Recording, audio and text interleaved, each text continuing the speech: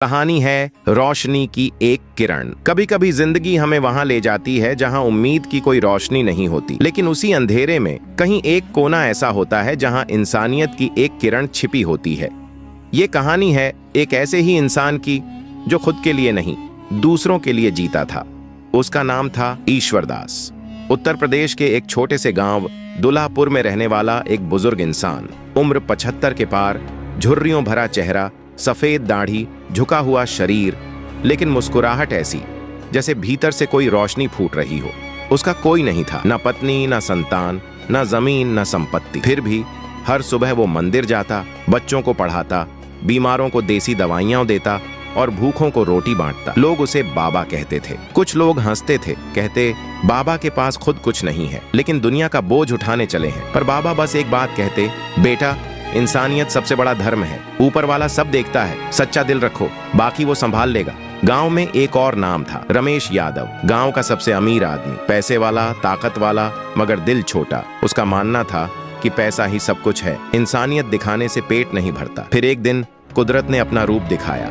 बादल गरजने लगे, तेज बारिश शुरू हुई, गांव की नदी उफान पर आ गई। लोग घबराकर इधर उधर भागने लगे। कई घरों में पानी भर गया, खेत डूब गए, जानवर बहने लगे, बच्चे रो रहे थे, बूढ़े चिल्ला रहे थे। हर कोई बस खुद को बचाने में लगा था। उसी अफरा तफरी में बाबा ने देखा एक छत पर एक लड़की और उसका छोटा भाई फंसे हुए हैं। लड़की का नाम था आशा और छोटा भाई उपाल। चारों तरफ पानी ही पानी था, रास्ता नहीं था, लेकिन बाबा पीछे नहीं हटे। उन्होंने एक लंबी रस्सी ली, एक बांस पकड़ा और बढ़ चले बाढ़ के पानी में। लोग चिल्लाए, बाबा रुक जाओ, डूब जाओगे।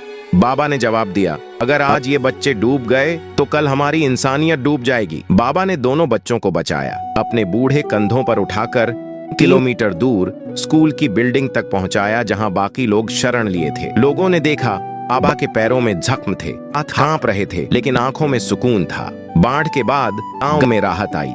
लोग एक एक करके अपने घर लौटे। सभा हुई और सबने बाबा को गांव का फरिश्ता कहा। रमेश यादव, जो कभी उन्हें ताना देता था, अब उनके पैरों में गिर पड़ा। बाबा मुस्कुराकर बोले, इंसान तब बड़ा नहीं होता जब उसके पास बहुत कुछ हो, बल्कि तब होता है जब वो दूसरों को कुछ दे सकता हो।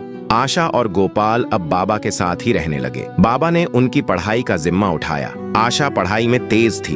बाबा कहते, बेटी, एक दिन तू बहुत बड़ी बनेगी, लेकिन अपना दिल बड़ा रखना। समय बीतता गया। आशा डॉक्टर बनी, गोपाल शिक्षक, लेकिन दोनों गांव में ही रहे, क्योंकि उन्होंने बाबा से सीखा था, सच्ची इंसानियत वहीं होती है जहां जरूरत हो। एक दिन रमेश यादव का बेटा बीमार हो गया, खून की जरूरत थी, ब्लड ग्रुप रेयर था। पूरा शहर ढूंढा गया, कोई नहीं मिला। फिर बाबा अस्पताल पहुंचे। मेरा खून ले लो, रमेश फूट फूट कर रोने लगा। बाबा, मैंने आपको ताना मारा और आज आप मेरे बेटे की जान बचाने आए हैं। बाबा बोले, तू मुझे क्या समझता है, उससे फर्क नहीं पड़ता बेटा।